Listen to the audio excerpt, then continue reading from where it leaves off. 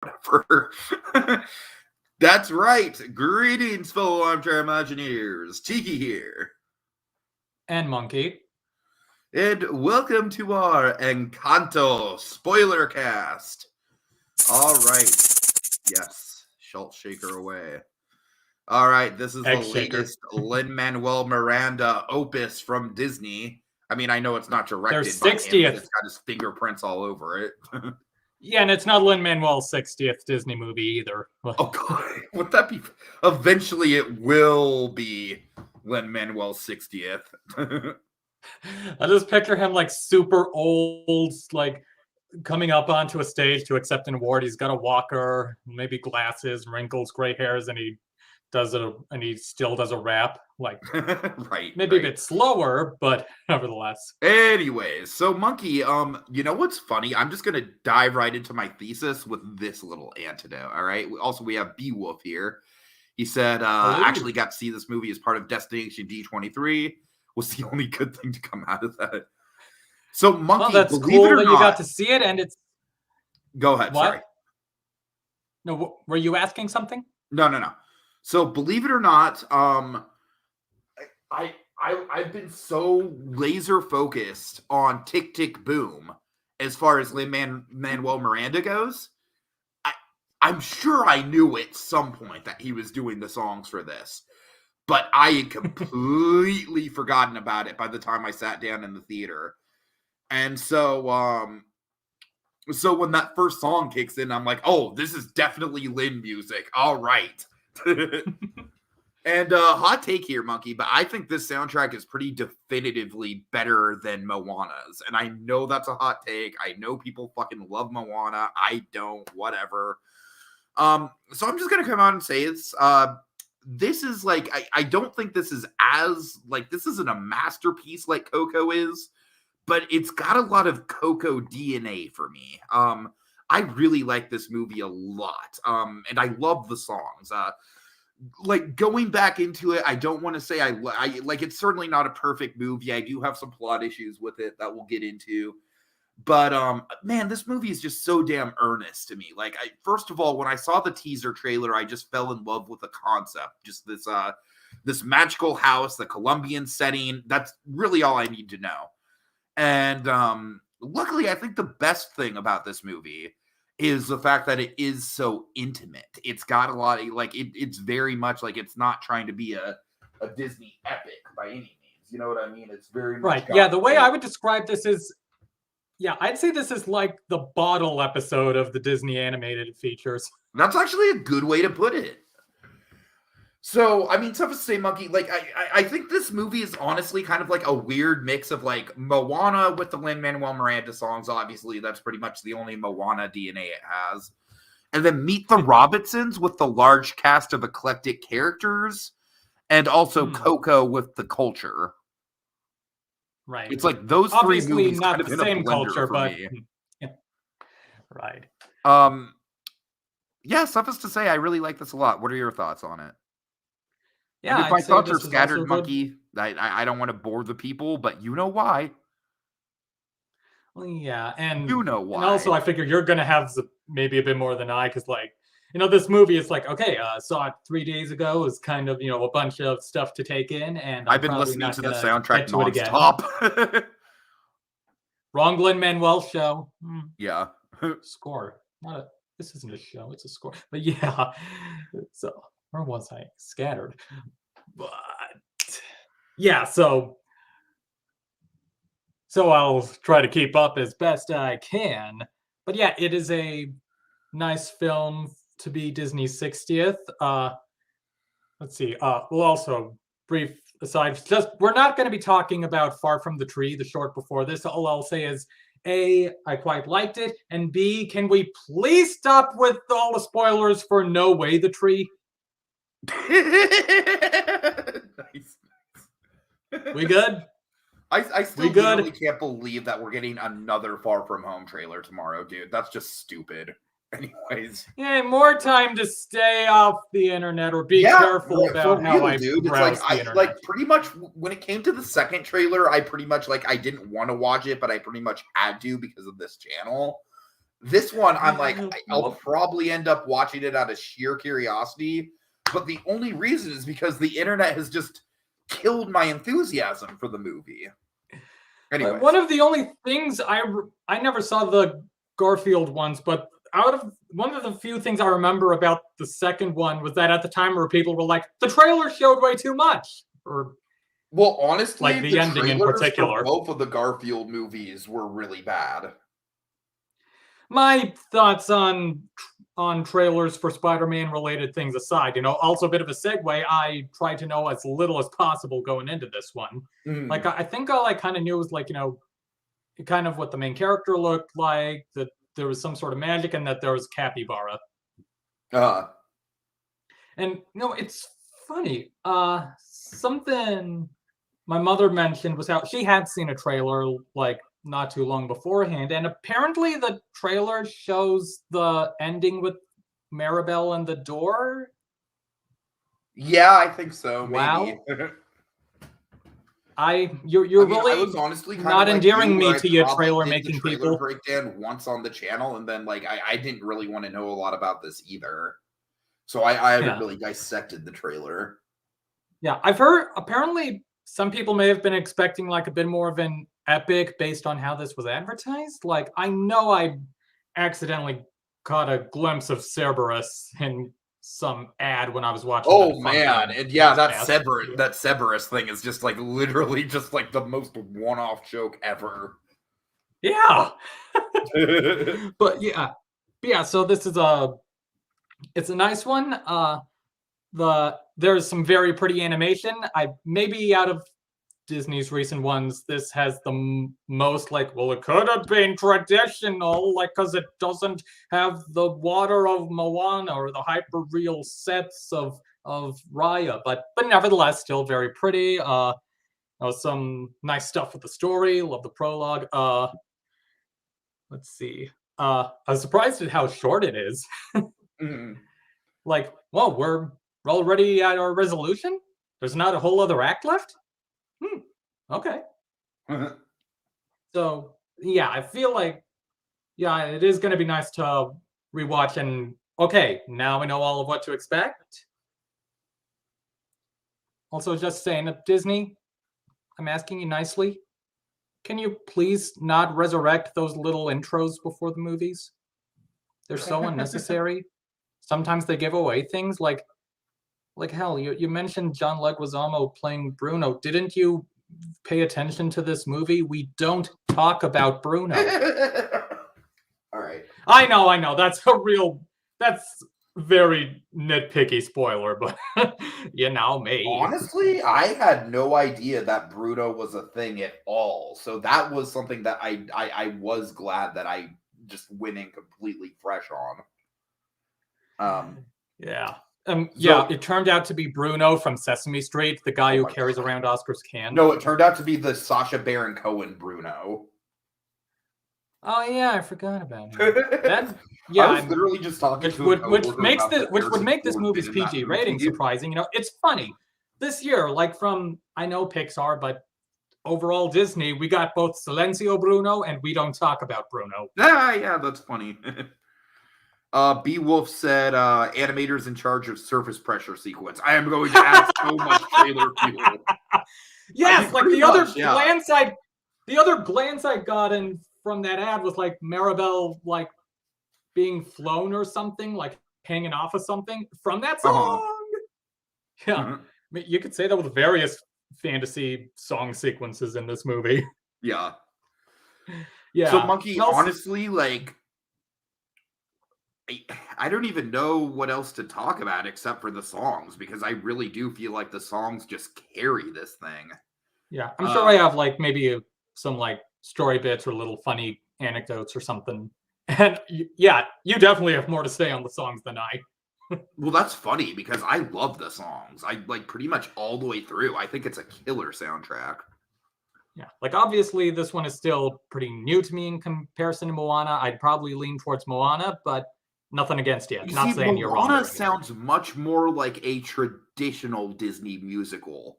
Like, it's got a couple moments that sound like Lin, But this sounds like Lin all the way through to me. I might feel, for some reason, it's a little easier for me to find Lin and Moana. That's odd. How is that for what possible? It's worth, I don't get that. For what it's worth, I can definitely imagine Lin's voice doing a demo of Family Madrigal.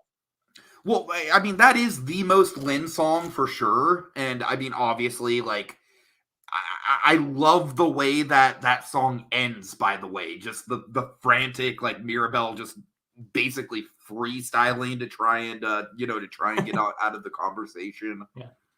I don't know. That whole song, like you said, the prologue's great. Yeah, I love one thing about the story that I want to point out. I haven't seen anyone online point out. I don't think it was intentional, probably, but I did kind of get this vibe watching the movie.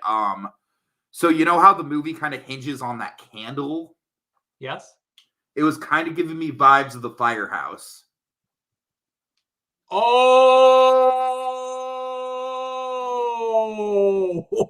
yeah. Whoa. And I don't think that was intentional, but it was kind of like, okay, like, like the candle that can't go out because of the magic. Like, yeah, I don't know. I kind of like in its own way, like I feel like that kind of cemented me to the story a little bit more. Also, I love the way that they have the house be alive, the way they animated or they characterize it. Yeah. And it's also funny to think like, okay, we're gonna do a movie where the house is alive, but we actually did that rather famously 30 years ago, almost to the day. So okay, how are we gonna make sure this house being alive is different? What was the other Disney house? Beauty and the Beast. What? Beauty and the Beast. Oh, well, I mean, that's less. I know it's a different thing, but it's just sort of funny. Like, oh, the home is enchanted, and the household stuff is alive.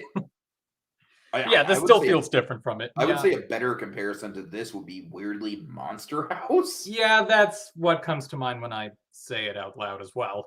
Which is like weird because obviously the Encanto House and Monster House are like nothing alike. But yeah, I mean, I want to say Roly Polioli's house was alive. That's Disney.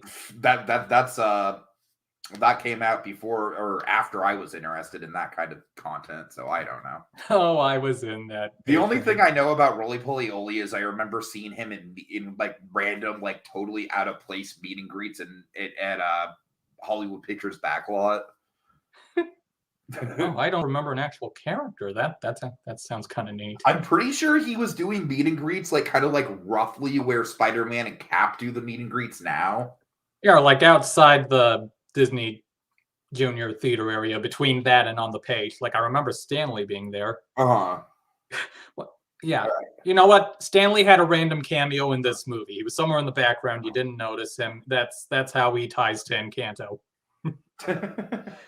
With the magic, like I feel like it's a case of like I'm still kind of maybe trying to get a little grasp on some of the magic rules, or how some of the magic ran, but that could very well be a case where it's not that important. Like I firmly am in the latter category because I really think that I'm pretty over this whole like nitpicking the rules and the plot holes because it's like Beauty and the Beast literally spent their entire remake trying to correct plot holes. And exactly. It's like I said, another Beauty and the Beast parallel. Right. Like there's probably maybe some limits like when it. Like, I could see a way that it might get a little in the question of how the story runs, but again, that's to be figured as I familiarize with the movie more. Yeah. And it could very well not cross that and still work on its own.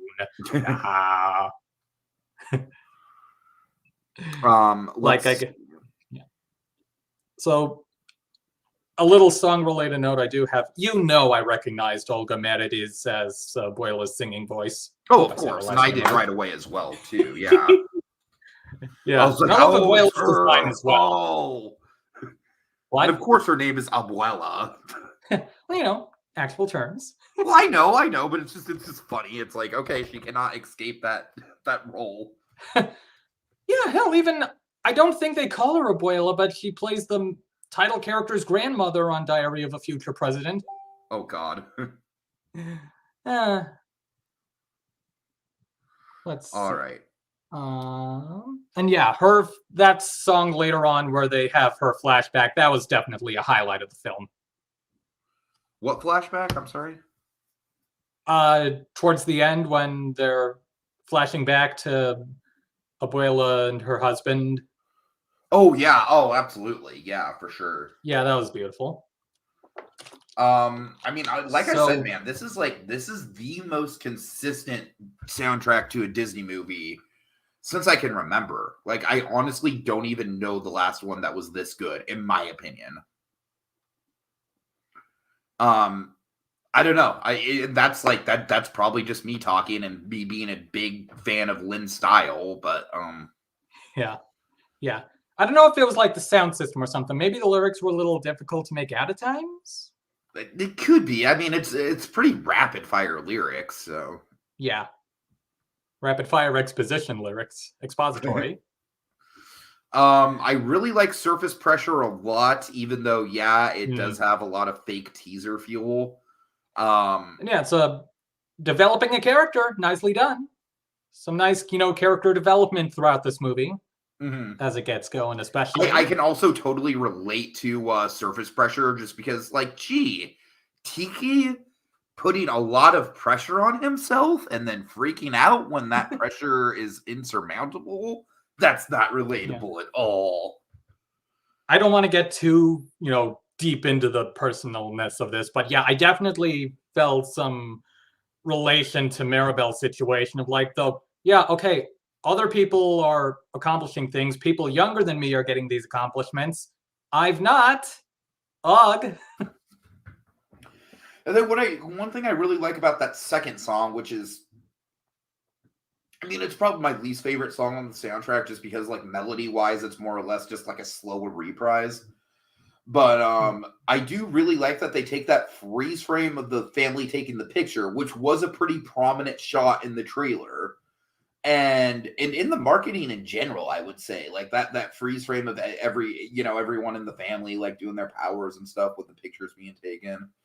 And they take that and they turn it on its head and they really use it in an emotional way. I was really impressed by that from a storytelling point. Maribel decides to just leave a shoe on the stairs. Yeah. Also, right before that, when we met that toucan, I was like, that's Tudyk, isn't it? Yeah. Yep. Also, some little maybe niche voice thing. So, Owl House fan that I am, I noticed Sarah Nicole Robles I hope I said her name right. Hopefully, sorry. I noticed her name in special thanks. Pretty sure not in the cast list in the main credits. He's credited on IMDb as a character named Senora Ozma, so maybe it's a role that got cut. These are the things that I'm curious about. I'm just gonna say it straight up. We Don't Talk About Bruno is such a jam to me. Yeah, I can't blame you. So honestly, I think my favorite lines in the whole soundtrack are Camillo's lines in that song, where he's shape-shifting into Bruno. Right, I remember there being a mood there, some, what's the word? Atmosphere, sort of creepy, telling the monster story atmosphere. Like I said, I keep listening to the soundtrack, and every time his parts come up, I'm just like, oh God, I wish that character sung more, because that's a great voice. And looking at the little clip of that scene, the whole wedding or whatever, it's wow, the animation is so fluid, squashed and stretchy. It's pretty cool. Totally. I don't remember if Disney's done that with their CG movies yet. Yeah. Yeah, I not likely to ever see it this way. Thank you, outside world, but I'd be very curious to see how this is in 3D. What theaters are even playing it in 3D? I don't know. Maybe AMC's or Regals. Yeah, I definitely know mine isn't. I don't know. Let's see. Oh, so when we see Antonio's room, like with the huge tree and everything, I'm like, ah, there's their excuse to finally retheme Tarzan's treehouse.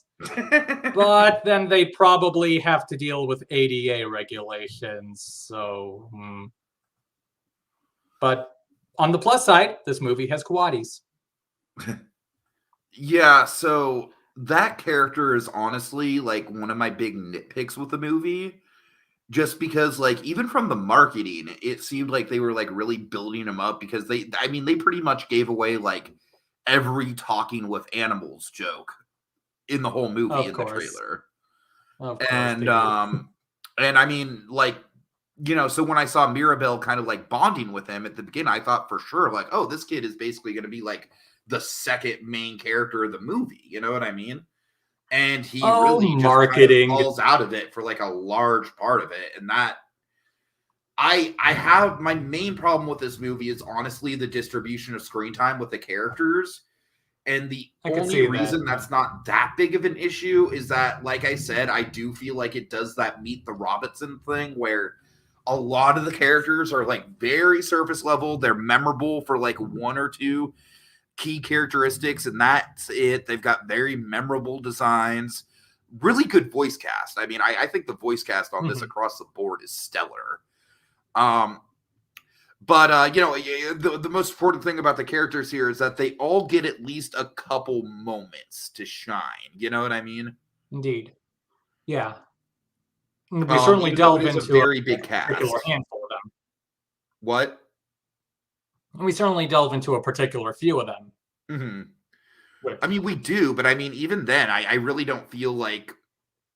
yeah, I you're think my not wrong. main issue with the plot from like a structural level is I really don't think that Mirabelle has a proper second main character to bounce off of, if that makes sense. Because I it's like see she's going, that. it's like, Yeah. because it's like Louisa, like she's got a great sort of like, I really do like when Louisa's like kind of like freaking out over losing her powers and stuff because it's a little relatable, but and just the voice actress just does a great job of like being hysterical too. But I don't know, like at a certain point, I thought they were framing Abuela as the villain, and I was like, really? But no, they're just doing that usual thing that Disney and Pixar likes to do, where it's like the villain was self-doubt. But I don't know. Self-doubt can be a villain. It just feels like all the characters were good. They just were a little bit disattached from the plot, if that makes sense. I think I see that, yeah. I'll give you a good example. Like that whole thing with the cousin and the sister and the the sister is engaged to the guy and the cousin likes the guy. That thing felt so rushed. Like, I mean, I like the lines that they have about that situation in the "We Don't Talk About Bruno" song.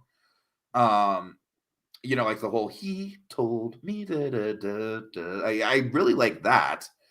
But the plot itself is just a big fat nothing burger, in my opinion.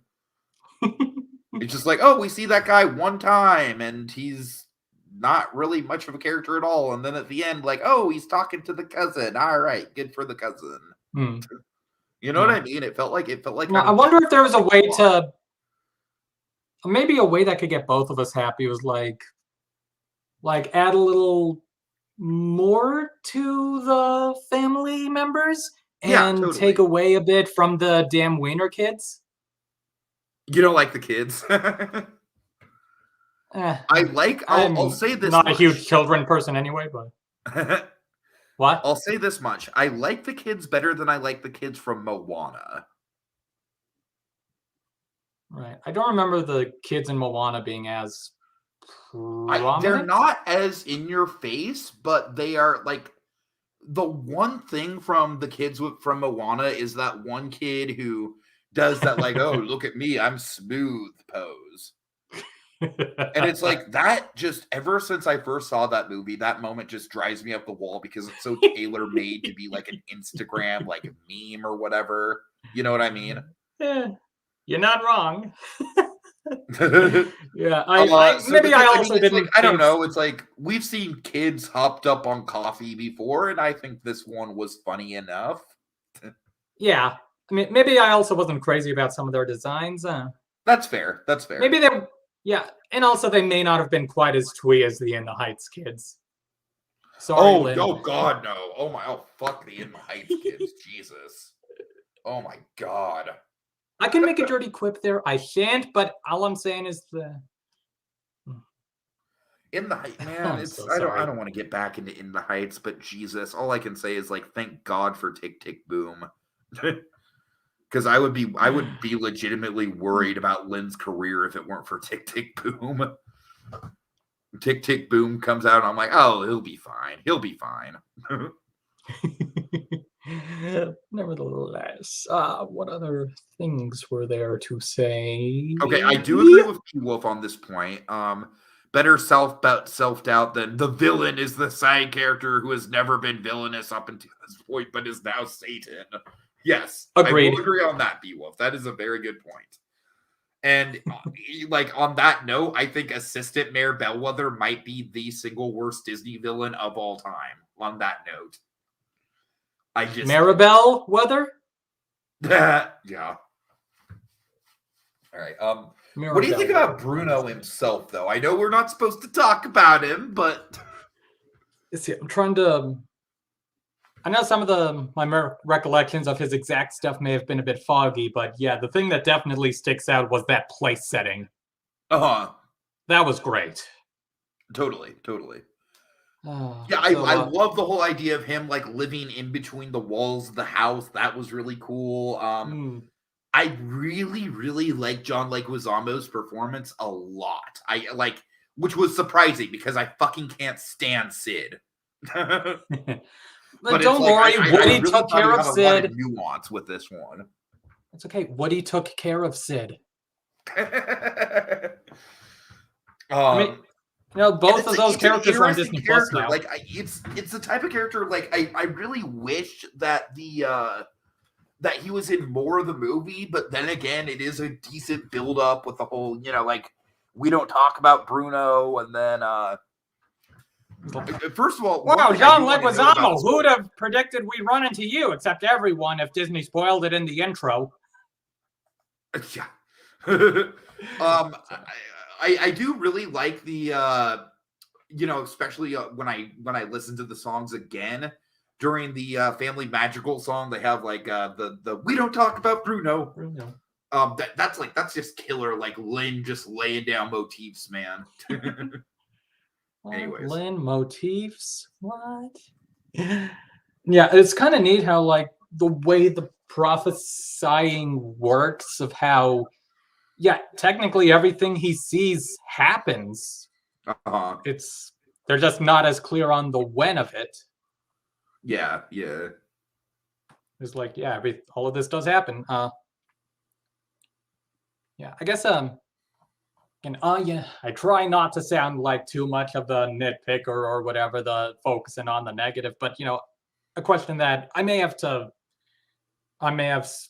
more definitive answer on after seeing this again is like, so in terms of Mirabelle's like feeling like an outcast thing, did they solve that? That's a good question, honestly. Yeah, maybe like I want to say maybe they did, but they could have made it a bit more clear. Like hopefully in a way that's not spoon feeding, but still, like. And you know what? I do think that is an interesting like issue with the movie, because I feel like the movie is like, I honestly feel like the biggest strength and weakness of this movie is how simple it is, if that makes sense. Yeah, and it kind of ties back into whether some of the oddness with the magic rules is gonna be like important or not. Because it's like, okay, so the gifts, I'm going into this because it's called Spoilercast in the title, being clear, but it's like, okay, so the gifts weren't the miracle, they were just the bonus. The miracle is that we got to still create a family. That's real nice. But it kind of does give him the question of like, okay, so why are we giving the gifts in the first place, and why did Mirabelle get skipped over? Yeah, all good points. All good points. All right. It's first impressions, people. It's still a let's nice see. movie. I feel like we've pretty much. I mean, this is a simple movie, man. There's not really a ton to talk about. Right. I mean, like I said, I do really like it for being so simple, and I do think the description of it as a bottle episode is pretty on point. I don't know. I'm sorry, Monkey. If it weren't for the shit that went down like right before we recorded, I would probably have a lot. My thoughts would probably be a lot more fluid than they are right now. But my head is fucking killing me, and anyways. I totally get it. Yeah. I mean, honestly, is there anything else you want to bring up? Because if not, I feel like not that I can remember. Yeah, so I mean, just to kind of sum up my thoughts on this one, folks, I don't know, man. I do really think that, like, for me, it's easily the best Disney movie since Zootopia. Easily. Like, not even close. I mean, what other movies have come out since then, as far as Walt Disney Pictures animation? Moana, Ralph Breaks the Internet, and Frozen 2. Definitely better than the last two, for sure. And I do like this better than Moana, even though I have a feeling that's going to be an unpopular opinion. I don't know what Moana's it is about father Moana, man. shows up and tells you, no, this is not the way. Like with Moana, it honestly might just be the fact that I'm just I hyped it up too much for myself. It very well could be that. Mm-hmm. But yeah, I don't know. Look, the real lesson that we've learned here is that marketing, can we overhaul you? Right. Oh boy. All right. I think that's a note I want to go out on, man. So yeah, just to recap, folks, I really, really adore the soundtrack to this thing. I'm probably one of the biggest fans of the soundtrack on the entire internet. I don't know what to tell you. The songs just are just like super duper earworms for me. I think the plot is probably the weakest element, but by the same token, I do respect how low key and self contained it is. So it's a little give and take. Yeah. So yeah, while I am curious to see how the film holds up on repeat viewings, it is still a nice one, and it's a nice one to have as a 60th movie. I think Walt would approve. Like, oh, this is our 60th? That'll do. Sure. Also, what's great, because wasn't Lion King like the 35th or something? I don't remember. All I remember is Tangled was 50.